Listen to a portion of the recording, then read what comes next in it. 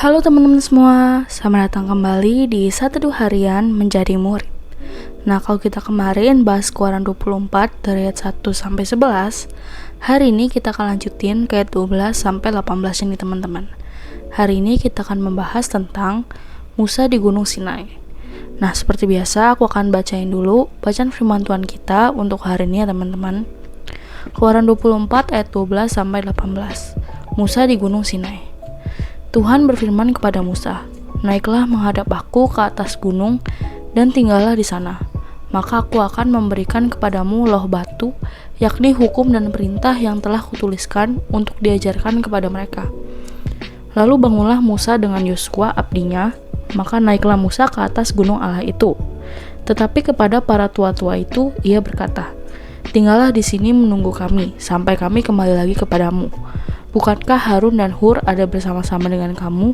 Siapa yang ada perkaranya, datanglah kepada mereka." Maka Musa mendaki gunung dan awan itu menutupinya. Kemuliaan Tuhan diam di atas gunung Sinai, dan awan itu menutupinya 6 hari lamanya, dan pada hari ke-7 dipanggilnyalah Musa dari tengah-tengah awan itu. Tampaknya kemuliaan Tuhan sebagai api yang menghanguskan di puncak gunung itu pada pemandangan orang Israel. Masuklah Musa ke tengah-tengah awan itu dengan mendaki gunung itu, lalu tinggallah ia di atas gunung itu 40 hari dan 40 malam lamanya. Ya, jadi demikian teman-teman bacaan firman Tuhan kita untuk hari ini. Ayo sekarang kita langsung masuk ke satu dunia ya guys. Oke guys, di 12 sampai 18 ini ada 3 tema menonjol dalam perikop ini nih. Nah, yang pertama adalah Musa sang perantara antara Allah Yahweh dan umatnya. Yang kedua, bangsa Israel disuguhi dengan perwujudan kemuliaan Allah. Dan yang ketiga, tentang pentingnya wahyu atau pernyataan itu. So, Musa naik ke gunung lalu masuk ke dalam awan-awan yang mengitari gunung itu dan berada di sana untuk bersekutu dengan Allah selama 40 hari. Gila sih, ini pasti pengalaman yang wow banget ya. Lalu Musa menerima petunjuk-petunjuk yang lengkap tentang penyembahan kepada Allah secara lahiriah, tentang tempat kudus dan tentang keimamatan. So guys, setiap agama kan pasti punya simbol yang nyata dan material untuk simbol itu. Kayak tempat-tempat suci, benda-benda suci, ritus-ritus, upacara-upacara, bentuk-bentuk, peraturan-peraturan. Nah, mungkin gak sih manusia bikin sendiri simbol dan materialnya? Mungkin aja, tapi ada kemungkinan tidak sesuai dengan kehendak Allah. Karena itu, untuk menghindari hal ini, ada cara untuk menjamin simbol materi tersebut berkenan dan dapat diterima oleh Yang Maha Tinggi dan Maha Kudus yang mendiami kekekalan. Nah guys, cara yang dianggap tepat adalah dengan memperlihatkan pola kepada Musa tentang segala sesuatu yang harus dibuat untuk penyembahan itu. Ini ada di Ibrani 8 ayat 5. Dan rincian yang tepat diberikan kepadanya berkenaan dengan bahan, ukuran, bentuk, dan konstruksi masing-masing. Hasilnya, pernyataan itu akan dirinci dalam 7 pasal, yaitu pasal 25 sampai 31. Untuk memberikan waktu yang cukup bagi komunikasi yang harus dilakukan dan untuk menjamin perhatian penuh yang diperlukan agar semuanya tetap melekat dalam ingatan, Allah memanggil hambanya untuk melakukan pertemuan yang panjang dan menyendiri, yaitu alone with God, di puncak gunung tempat awan itu bersemayam terpisah dari seluruh umatnya. Musa tentu saja mematuhinya, tetapi sebelum naik, ia mengatur dengan para tua-tua bahwa dalam ketidakhadirannya, Harun dan Hur harus memimpin urusan dan memutuskan semua pertanyaan yang meragukan. Yang ada di ayat 14 ya guys. Nah, ia kemudian mendaki gunung, ditemani oleh Yosua yang sekarang disebut sebagai pelayannya. Yosua mungkin tinggal bersamanya selama 6 hari, sementara Musa menunggu panggilan untuk masuk ke dalam awan. Pada hari ke-7, panggilan itu datang. Lalu Musa meninggalkan Yosua dan masuk ke dalam awan itu dan tersembunyi dari pandangan semua orang.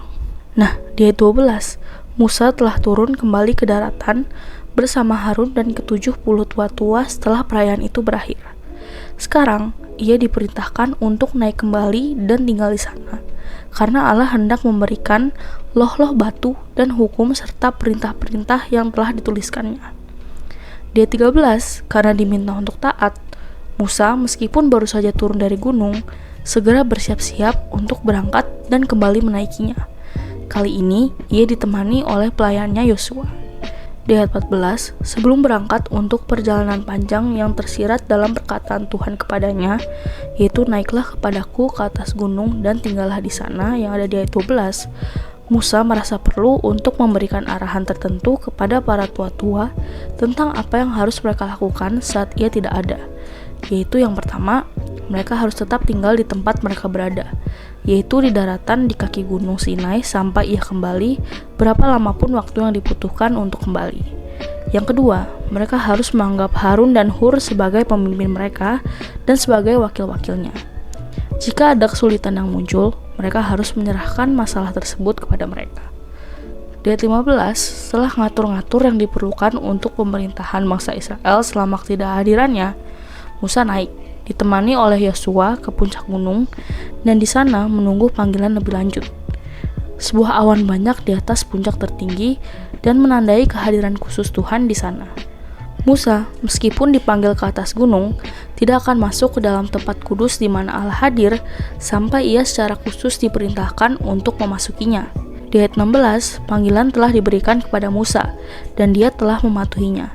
Dia ada di sana sedikit di bawah puncak, siap berjumpa dengan Tuhan, tetapi menunggu panggilan lebih lanjut. Panggilan itu tidak kunjung datang selama 6 hari. Ketenangan yang kudus meliputi Sinai. Awan bersemayam di atas puncaknya, dan di dalam awan itu ada kemuliaan Tuhan. Musa dan Yosua menunggu di dekatnya, tetapi selama 6 hari tidak ada tanda-tanda. Dengan demikian, Tuhan di sini mengajarkan Musa dan melalui Musa kepada dunia bahwa untuk mendekat kepadanya diperlukan persiapan yang panjang dan matang.